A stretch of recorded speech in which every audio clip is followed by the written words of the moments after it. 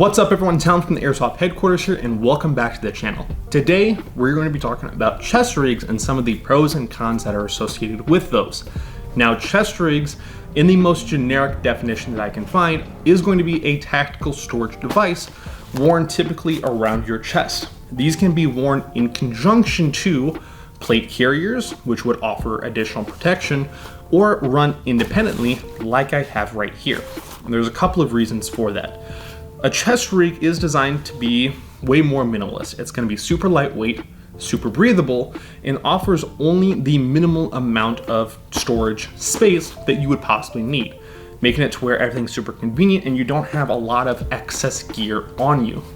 Now with that also means that you're going to have less overall protection around your body. So if I'm out playing a regular game, or even a milsim for that matter, I could get lit up on the side here or even the back and have no protection there. So that is something that I would need to consider before I go out and pick up some of these, or at least be accepting of it. There are also different type of chest rig setups. The one that I have here is an example of what is called an X harness. As is shown by the big old X that is across my entire back.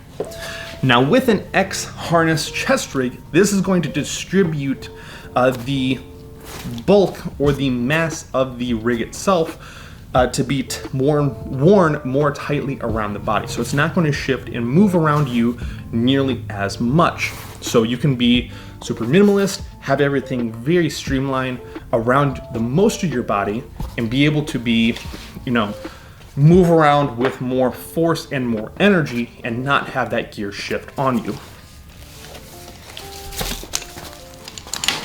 And I have these guys from Head On Tactical, one of my more favorite small company for tactical gear. I've got one set up for M4 mags and one set up for MP5 with a protective dangler. I also have the LBX lock and load, and this is actually going to be one of my more favorite styles of chest rigs, even though I wear this one the least. This one is going to be a discontinued camel pattern, so that is partially why I don't wear it nearly as much. Now with this guy, you may notice the letter H across my back.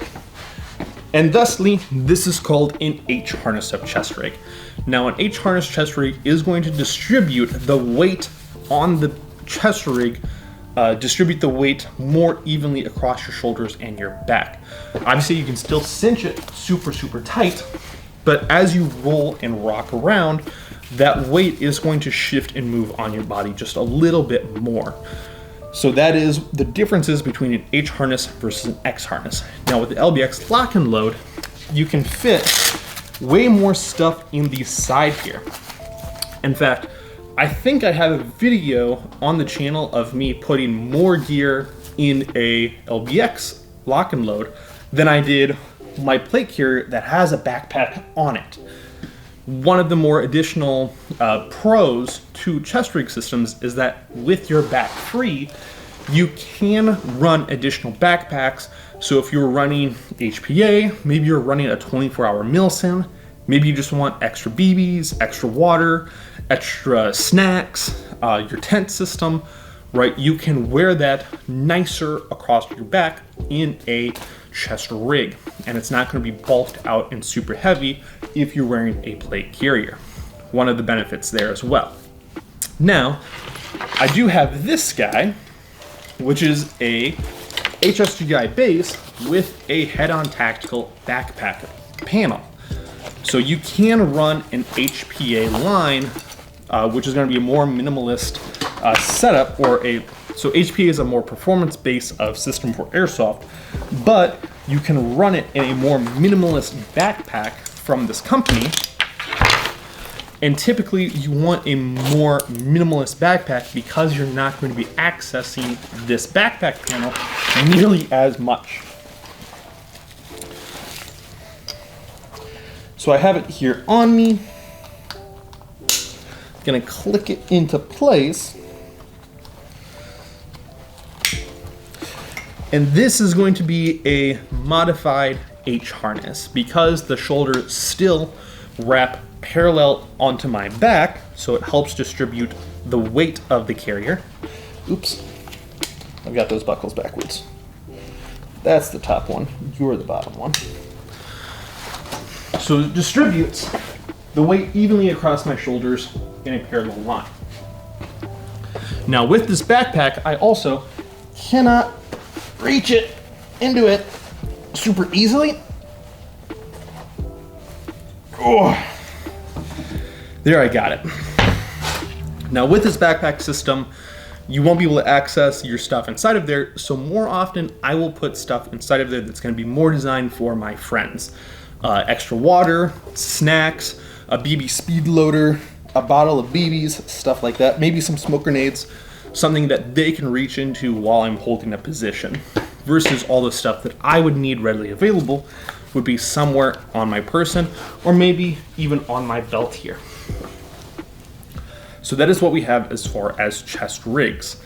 Typically, you're not going to have anything that's going to offer you a lot of protection, and definitely is not going to be bulked up like this in order to hold plates or imitation armor.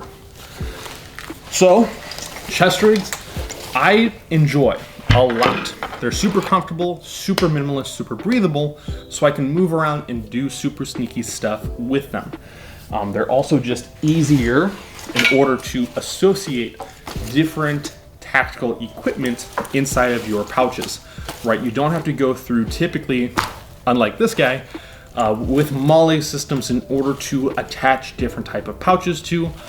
You just rip a pouch open and just put whatever you need to inside of there. Super easy, super basic. I'm a huge fan of these plate or chest rig systems. And that is what we have. Obviously on the market, there's significantly more options in different harness systems, different MOLLE, different sizes. So you have a lot of options available to you. These are just some of the ones that I personally run. If you do have any further questions about chest rigs, drop them down to the comment section below. I'll do my best to answer them. But we're all done here. So you guys take care, stay safe, stay positive, and I'll see you in the next one. Take care.